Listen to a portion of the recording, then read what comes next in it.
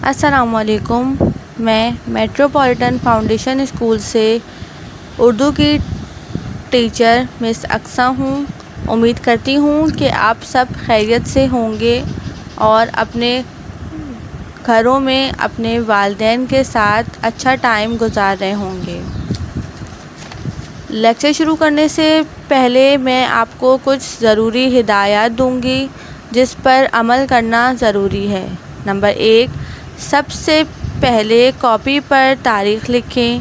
Number 2, हर सफ़ा पर सफ़ा नंबर या पेज नंबर ज़रूर लिखें। नंबर 3, हर लफ्ज़ के दरमियान एक उंगली जितना फ़ासला रखें। नंबर 4, कॉपी में काम साफ़ सुथरा करें।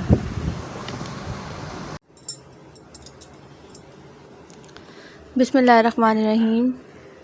बच्चों, आपको अपनी वीडियो में अपनी ऑनलाइन क्लासेस में खुशामदीद कहती हूँ और सब बच्चों को बहुत अप्रिशिएट करती हूँ कि सब बच्चों ने मेरा काम सुना, मेरी वीडियोस देखी और अपना काम बाखूबी नीट एंड क्लीन राइटिंग के साथ मुकम्मल किया। अब मैं माह अगस्त की सेकंड वीडियो से मुराद माह अगस्त का सेकंड सबक, दूसरा सबक लेकर आई हूँ। सबक का नाम आलूदगी है। तो सबसे पहले हम लोग सबक की रीडिंग करते हैं। सब बच्चे मेरे साथ रीडिंग करेंगे। अपनी बुक का सफ़ा नंबर 47 ओपन करके रखें। बुक का सबक नंबर 14 है ये, ठीक है। सबक का नाम है आलूदगी। साजिद का गांव, जो शहर से सिर्फ 5 किलोमीटर के फासले पर वाक़े है, इसके करीब से एक पुख्ता सड़क गुज़रती है जिस पर हर वक्त गाड़ियाँ, ट्रक, कारें, टांगे वग़ैरह चलते रहते हैं। गांव के पास से एक सेम नाला भी गुज़रता है। यहाँ पर एक गांव का तस्करा किया गया है। साजिद एक लड़के का नाम है। उन्होंने साजिद के गांव के बारे में बताया गया है कि साजिद का जो गांव है वो शहर से 5 किलोमीटर फासले पर वाक़े है।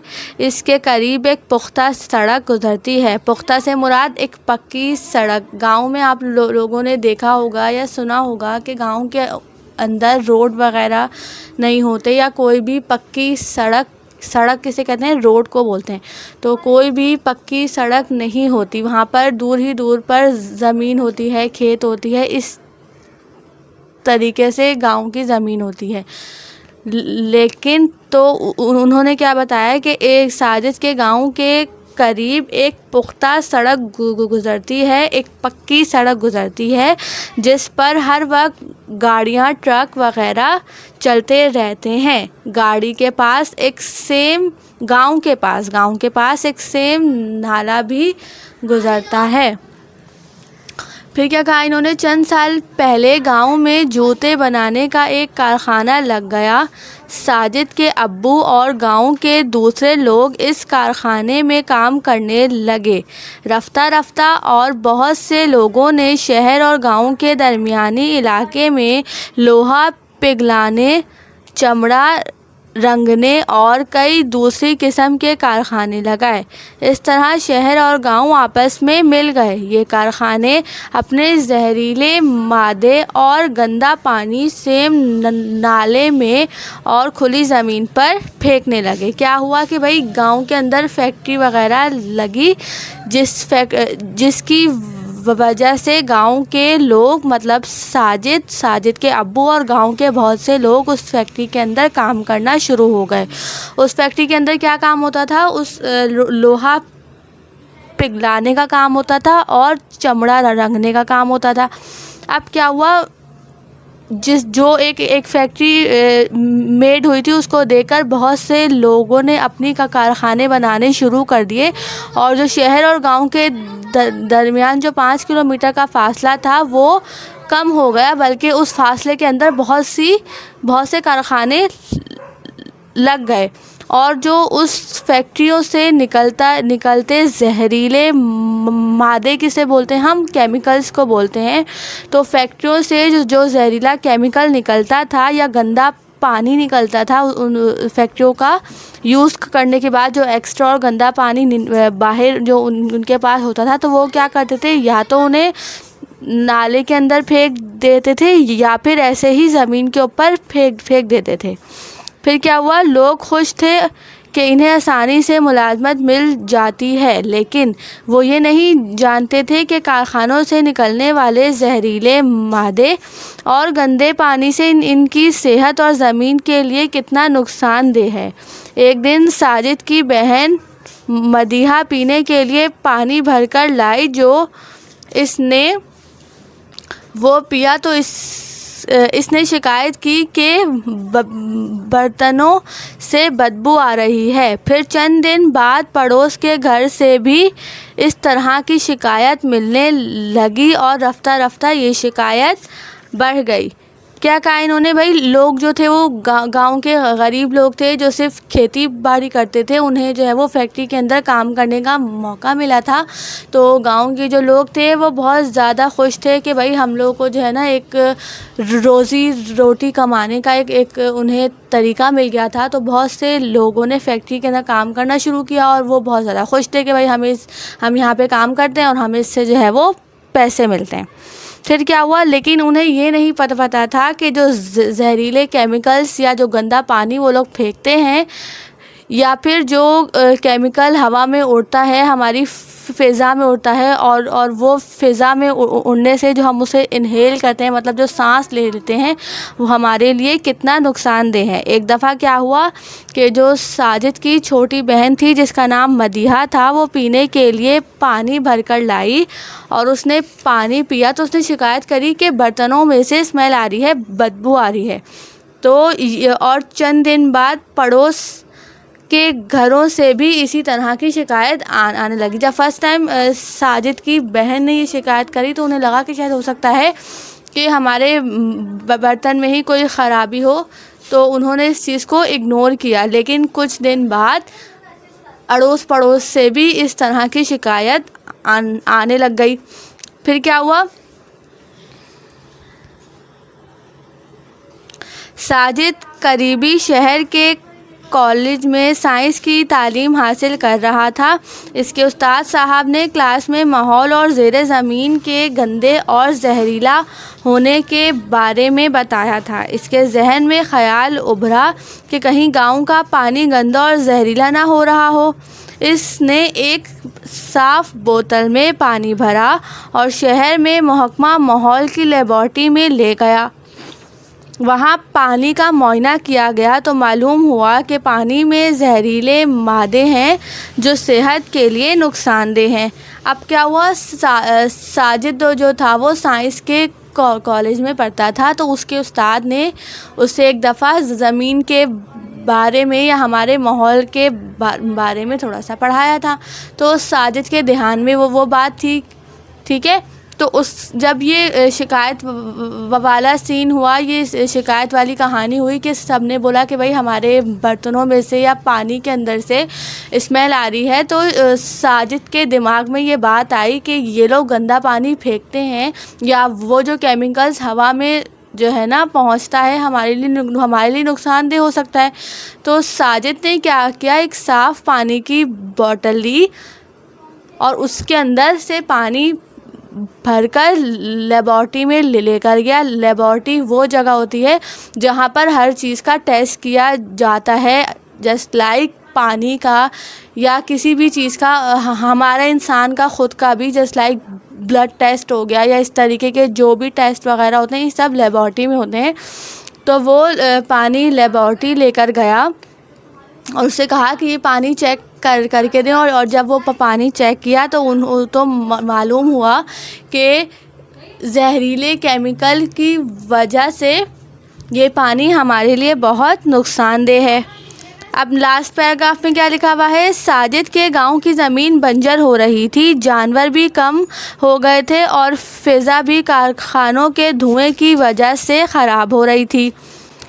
सब गांव वालों ने मिलकर फ़ैसला किया कि हुकूमत को दरख्वास्त दी जाए कि वो पीने का साफ़ पानी फ़राहम करें। का इंतज़ाम करें और कारखानों के मालिकान को गंदा पानी और जहरीले मादे खुली ज़मीन पर फेंकने से रोकें। साजिद और इसके पढ़े लिखे साथी इस मुहिम में इस सबसे आगे थे।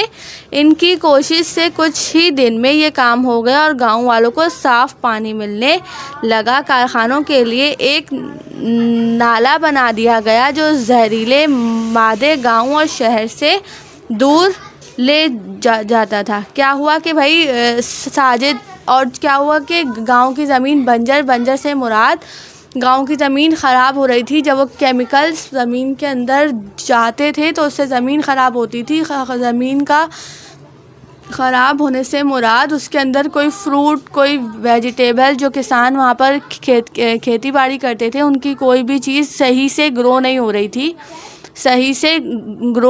रही थी। तो इस वजह से केमिकल की वजह से क्या हो रहा था, ज़मीन भी ख़राब हो रही थी और जानवर भी कम हो रहे थे। वो जो केमिकल्स का पानी कोई जानवर वगैरह पीता तो वो भी नुकसान में रहता।